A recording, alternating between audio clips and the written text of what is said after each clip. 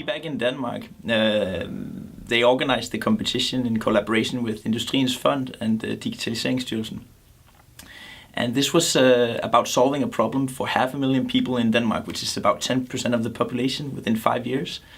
I think we were like 30 or 50 people competing against each other, coming up with ideas.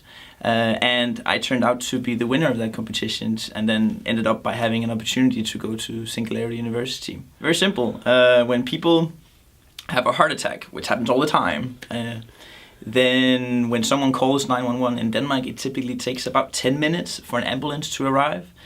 My idea was that everyone that knew how to do CPR, which is a lot of people, would have an app, and once you call 911 and the dispatch hear the call and it sounds like a heart attack, they activate crowd care, and then by that, anyone within a radius of, let's say, 500 meters of the incidents get a text, and they are then called to get to the place and provide that critical care before the ambulance arrives. I mean, when you get together with 80 people from 35 different countries, you get a cultural mix that's quite unique.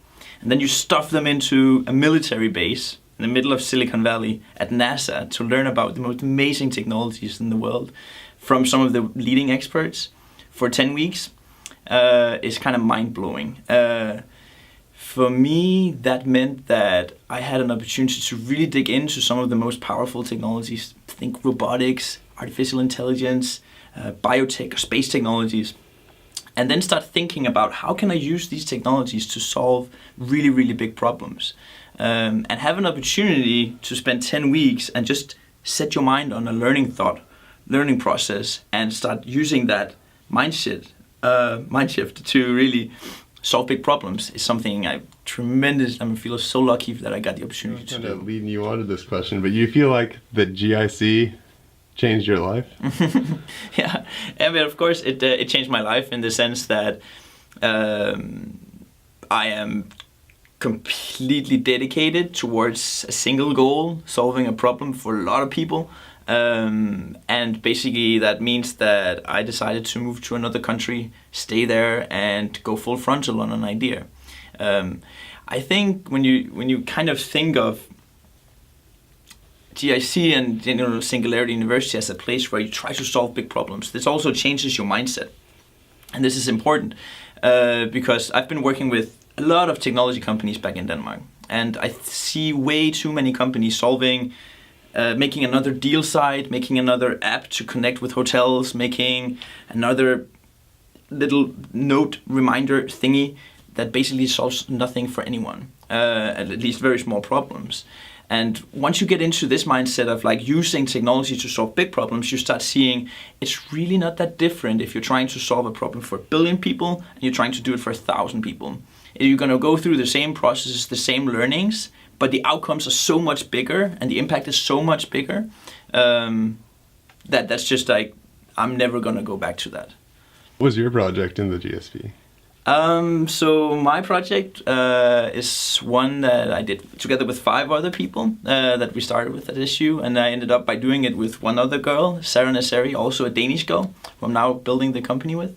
What we're doing is that we're building technology called microfluidic chips into a female hygiene pad, the menstrual pad, to do blood analysis monthly for females, which is about 1.7 billion people around the world bleeding naturally every month and throwing off this waste product. So by building it into the female pad and adding small transmitters, we can wirelessly send the result to a smartphone, so the woman is always alerted about how she feels.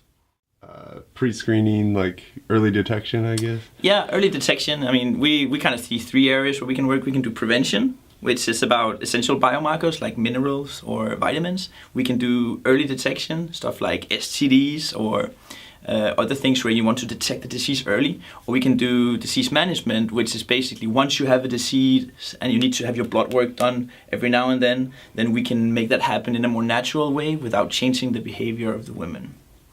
Killer. So you're continuing this idea. You're now living in Silicon Valley? Yeah, it's huge. I mean, after GSP, everybody went back to their home countries, and we were a team of 6 people. And Sarah and I decided that we wanted to actually build this project.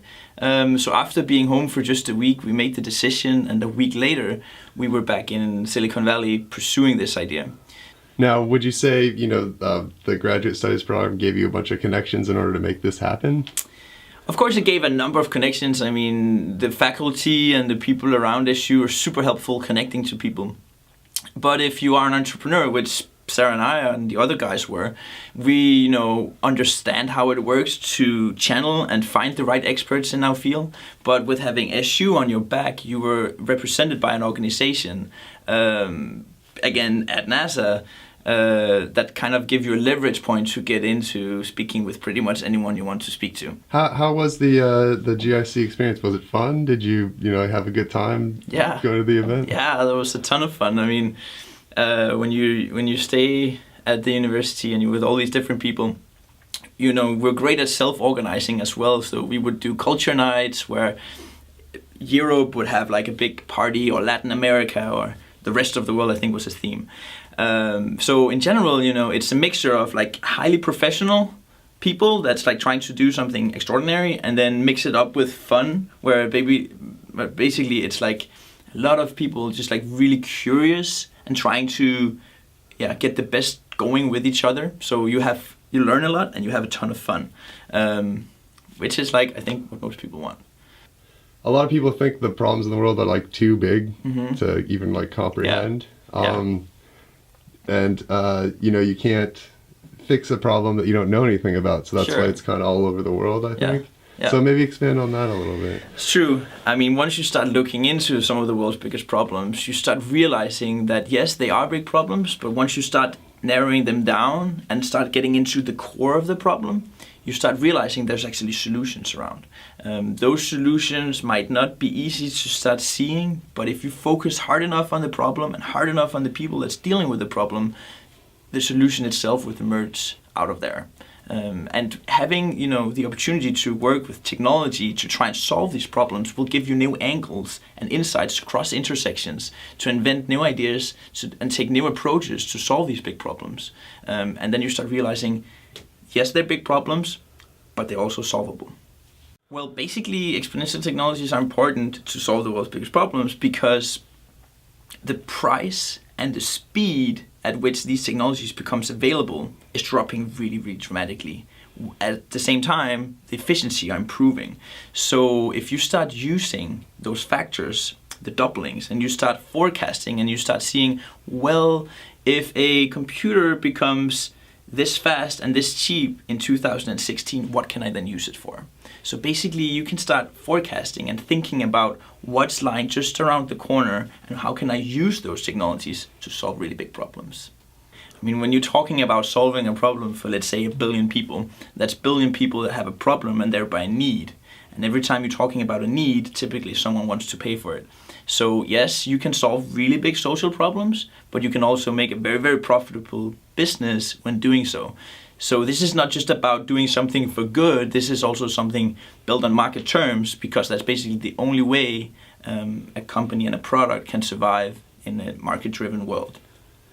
I mean, attending the GIC competition in Denmark is actually a unique opportunity. Not only do you have an opportunity to win a competition and make it to Singularity University, but they are actually giving 60 people a 5-day program for free to learn about exponential technologies back in Denmark. So even though you don't get the opportunity to attend Singularity University, you still get to go into that mindset of exponential technologies and try and solve big problems for a lot of people in your home country. People should apply to GIC because they have a curious mind. I think that's the most important one. And this is people that have a dream of impacting a lot of people's lives around the world.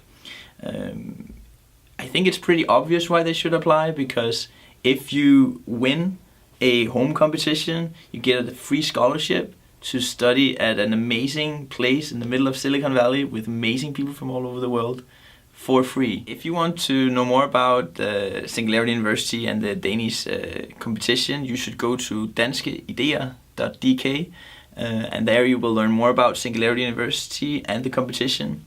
And I would highly encourage you to do so, because this is a unique opportunity to learn about future technologies and get an opportunity to attend a mind-blowing place in the middle of Silicon Valley for 10 weeks in a summer program for free. So, hope to see you around.